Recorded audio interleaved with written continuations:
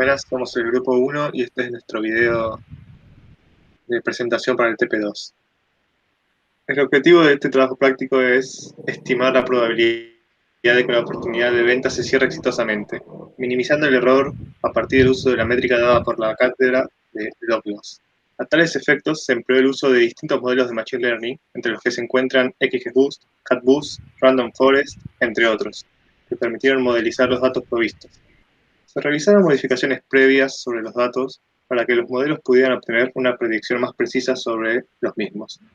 Parte de las modificaciones surgieron de la información provista en el primer trabajo práctico. En primer lugar, lo que se hizo fue buscar un método para poder evaluar distintos aspectos del trabajo que se iban a tener en cuenta y que nos iban a resultar útiles a la hora de trabajar. Con respecto a esto, se tuvo en cuenta que Kaggle permite realizar hasta 5 subidas de resultados por día, y esto en principio no resultaba suficiente para las pruebas que se querían llevar a cabo. Por eso lo que se hizo fue emplear una biblioteca, la métrica de log loss, y a partir de la misma se comparó, esto siendo no estricto sino una referencia, el resultado para poder evaluar en qué medida los datos variaban en un factor que resultase positivo para mejorar los resultados.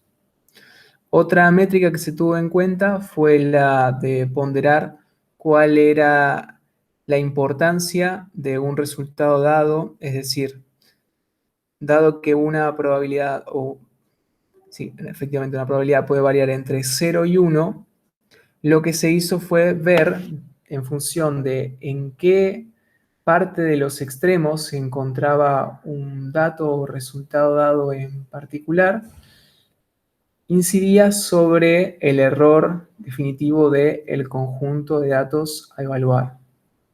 Por último, una métrica que resultó de interés fue la de considerar en qué grado cada feature tenía importancia sobre los resultados dados, es decir, el error a considerar.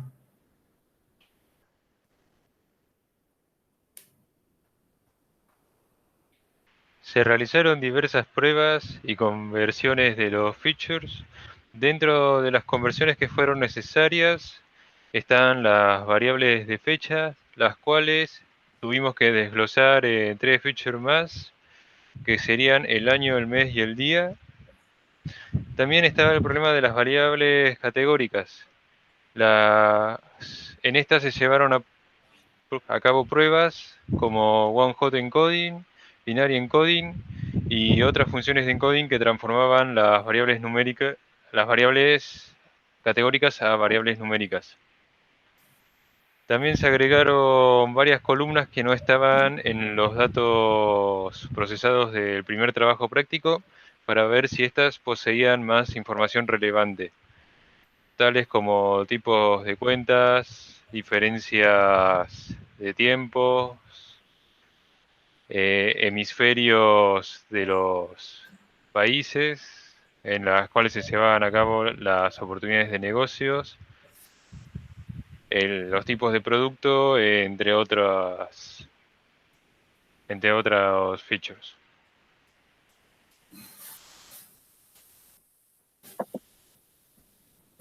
Otro de los cambios que debió hacerse a los features era la eliminación de aquellos que no aportaran nada relevante a la predicción. Para ello nos fijábamos cuáles eran candidatos a ser desechadas y hacíamos predicciones con y sin ellas y verificábamos si el resultado mejoraba, empeoraba o se mantenía igual. Una de las cuales terminó siendo una sorpresa fue la eliminación del account create date, el cual nosotros pensábamos que no iba a afectar en nada y sin embargo cuando la eliminamos el resultado empeoró, por lo que decidimos dejarla. Luego el resto de las columnas que sospechábamos de que no eran relevantes efectivamente no lo eran, ya que al eliminarlas el resultado mejoraba sustancialmente, ¿no?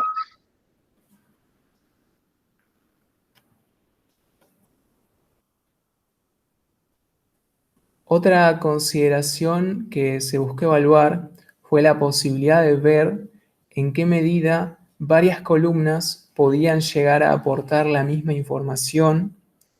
Es decir, si por ejemplo existían dos columnas que al eliminarse y condensarse en una entregaban los mismos resultados al modelo, o mejores, en realidad esa era la intención en un principio, esto se buscaría considerar.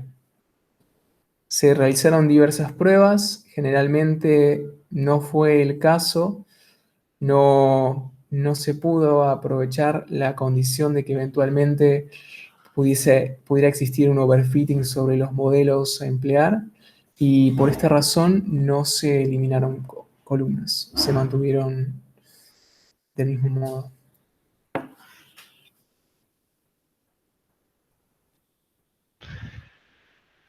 Al inicio del TP se estaba necesitando una predicción de prueba, la cual se hizo con hiperparámetros elegidos arbitrariamente.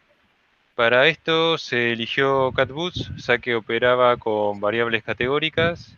Esto evitaba un preprocesamiento al inicio del trabajo. Mientras se continuaba tratando de mejorar los resultados, se necesitó mejorar los parámetros y comparar los resultados.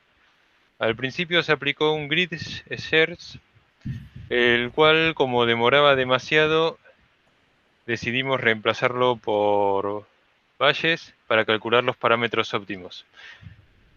Y para comparar se empleó al inicio XGBoost, también con las mismas condiciones iniciales. También hay que tener en cuenta de que cada vez que se alteraba algún features, también cambiaban los parámetros óptimos de cada modelo.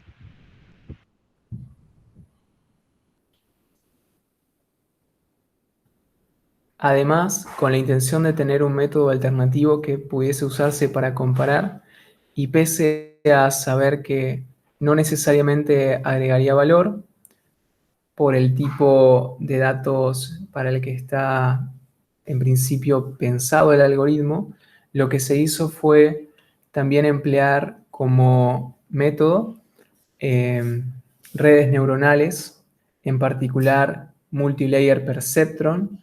Para eso lo que se hizo en un primer lugar, a los efectos de tener una primera base, fue testear el método Perceptron, que evidentemente no arrojó resultados de valor y por esa razón se descartó.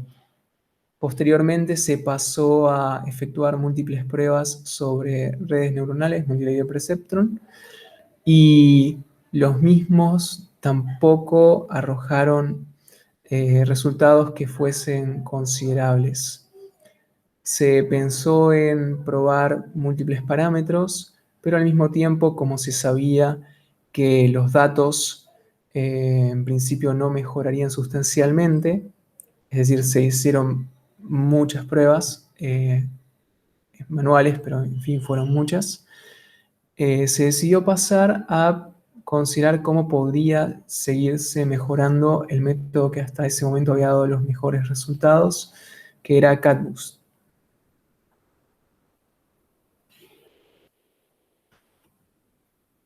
Otro modelo utilizado fue el LikeGBM, el cual, al igual que CatBoost, soporta variables categóricas, por lo que no hizo falta hacer un preprocesamiento. Al hacer predicciones, nos encontramos con que los resultados no eran óptimos y empezamos a optimizar los hiperparámetros. Después de varios intentos y varios experimentos, no llegamos a un resultado competente, por lo que decidimos no usarlo más.